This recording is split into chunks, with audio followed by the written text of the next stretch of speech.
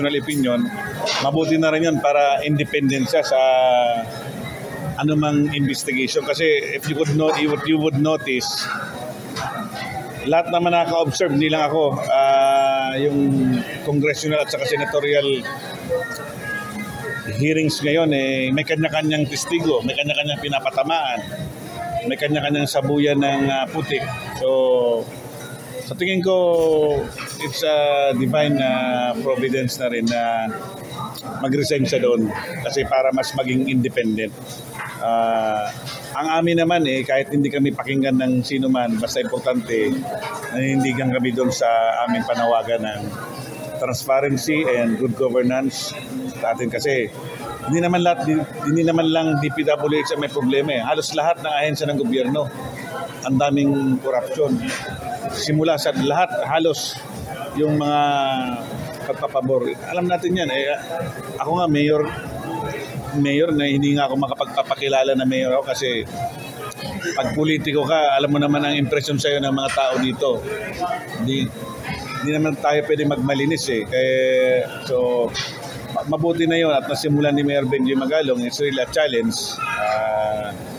Challenge yun sa lahat ng Pilipino kasi parang hahayaan na lang natin. Tinan mo, there is always a time for redemption and there is always a time for judgment. Yun ang sinasabi ko. Hindi ako nawawala ng pag-asa dyan. Pag ang Diyos ang gumalaw dyan, kita mo, dati yung mga accused ngayon, mga untouchable lahat dyan. Pero look at there now. Andun sila. Ano ba ang karangyaan na tatamasain mo na hindi ka naman nakatulog ngayon, diba? Yan ang importante. So, justice may not be served in all four corners of any courtroom or any investigation, but surely there will be justice be served for the rest of the Filipino people. So, nasa likod kami ni Mayor Benji Magalong and to think, meron po kaming ilalabas na manifesto of support and I already signed. Within this day or tomorrow, we'll definitely post it on social media for our support with Mayor Benji and we will be having also our meeting on this coming October sa Manila. Doon po sa ginawang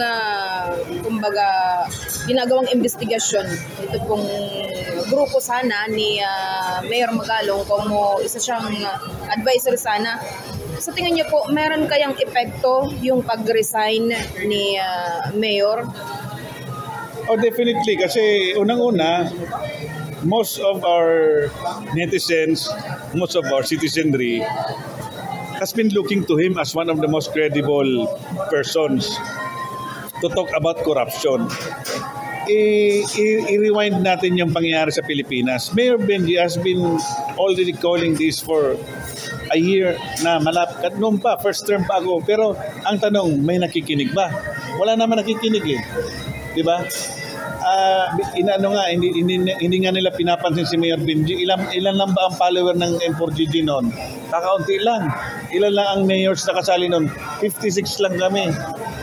So, bakit nagkaroon ng relevance ngayon? Dahil mayroong pumutok na issue about corruption sa flood control. Kaya nagkaroon ng relevance. Pero pag hindi naman pumutok, kahit sinong tao na lumabas dyan, marami na nagsasabing corruption, hindi naman pinapansin. Ngayon lang naman, it takes really a guts. Somebody who have this guts to really stand out with the norms ng parang kinasanayan ng Pilipino para mapansin. Unang-una, bakit relevant?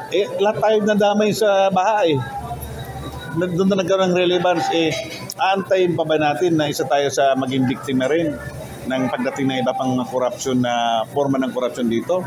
Lahat meron. Ako mismo, mayor, nararanasan ko yan. Kung wala kang connection sa taas, kung wala kang ibang zero ka. Wala kang matatanggap. Wala kang makukuha. Wala kang kahit alam naman natin, that is a silent reality na kulang lang. Even in the justice system, mayroong corruption. That is my opinion. So I pwede ko sabihin yan. Even from the COMELEC, somebody have told me na mayroong allegedly there is a favorable amount of, in exchange of a favorable amount of money, you can get a favor also from the COMELEC. Matagal na yun, nangyayari. So lahat yan, alam ng mga tao yan. So ako naman, nagkataon na mayor ako dito. So siyempre, lalo na kami, napakaliit na bayan namin. So we really have to spend our money carefully. Because yun ang aming pinaninindigan, kasi steward lang kami ng aming pera na ipinagkatiwala sa amin. So kaya pag konting mali lang ng gastos mo, may epekto ka agad sa tao. Kaya mas sarang iniingatan namin yung paggastos niyan. And nakakalungkot nga lang kasi fourth class municipality kami, kulang na nga ang dumadating galing sa national government, plus may maririnig ka pang mga ganitong mga issue. Parang nakakalungkot. Ano po?